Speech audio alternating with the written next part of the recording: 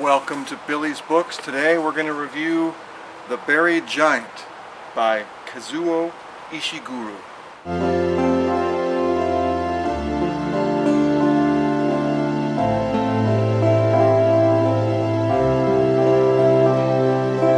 Welcome to Billy's Books. Today we're going to review The Buried Giant by Kazuo Ishiguro. It is a novel. An actual novel literature. Usually I do sci-fi or I do history. This is neither.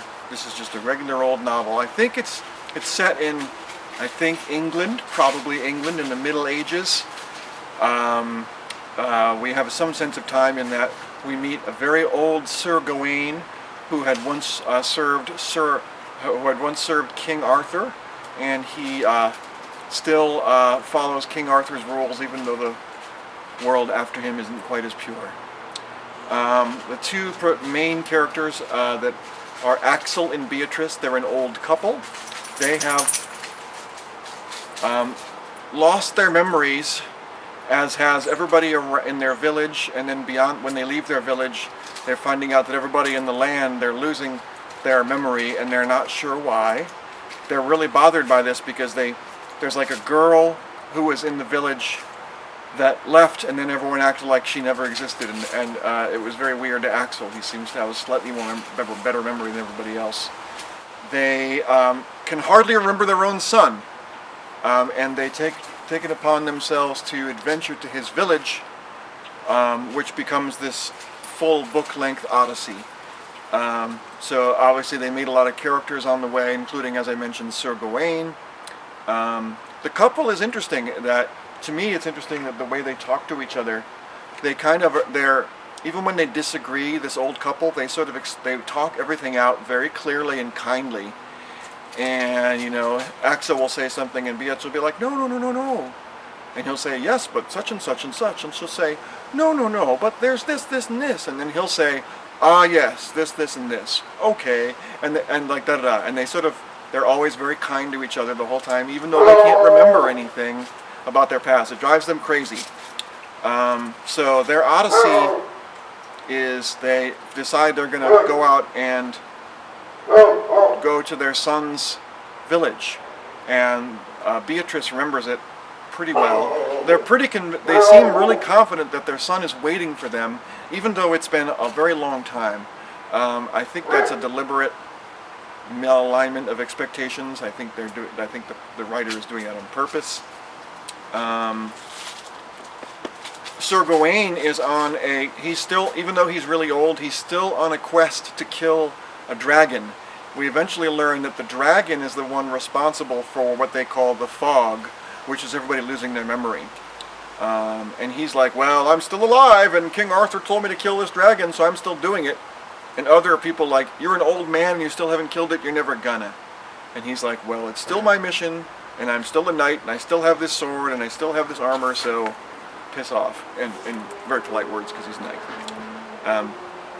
King Arthur has died, as we know, but his legacy of peace continues. So the characters in this book are a mixture of Britons and Saxons. And of course they had been at war in the past, but King Arthur brought that to peace, and Sir Gawain is doing his damnedest to maintain that peace, even though there's still problems between the Saxons and the Britons. I guess we kind of know how that turns out, right?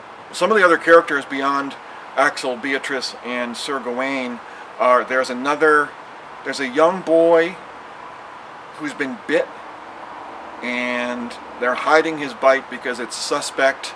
There's another soldier who's with that boy, who's training the boy to be a soldier, and that soldier sort of becomes Axel and Beatrice's protector for a while before Sir Gawain sort of takes over. And then they sort of both become, even though Sir Gawain and this soldier, Sir Wystan, they don't even always see eye to eye, but they're both sort of duty bound by honor and friendship and things like that, so they manage to get along.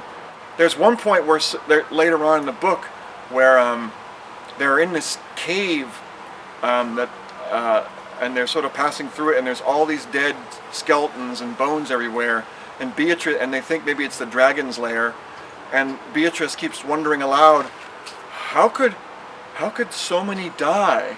And strangely, Sir Gawain gets really defensive, like, I didn't kill all these people, I'm just on a mission. And it's a very strange disconnect, because she was talking about the dragon.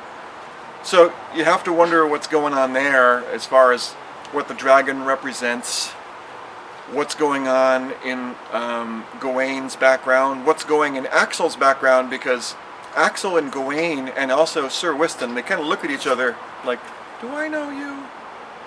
But of course, since everybody's memory is all clouded, maybe not Sir Gawain's, it's not clear about his, but most people, their memories are clouded, and so they're like, did I know you when you were young?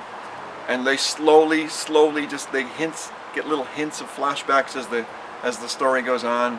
And I have to wonder, the title of the book is The Buried Giant, and what is the buried giant? Is it a metaphor? Is it something literal? Is it something physical? Is it all the above? Is the buried giant the dragon? Is it the past? These are great questions. You'll have to read to maybe find out the answer. Generally speaking, I would enjoy this. I would say that I enjoy this book greatly. It's very well written, and it's a page turner. You like the characters. They not necessarily relate to them, but they are sympathetic characters. There's a lot going on, a lot of mystery, and the language is enjoyable. So I'm going to say, you go ahead and read this book. I mean, it won the Nobel Prize for Literature. How bad can it be, right? If you can't do, review.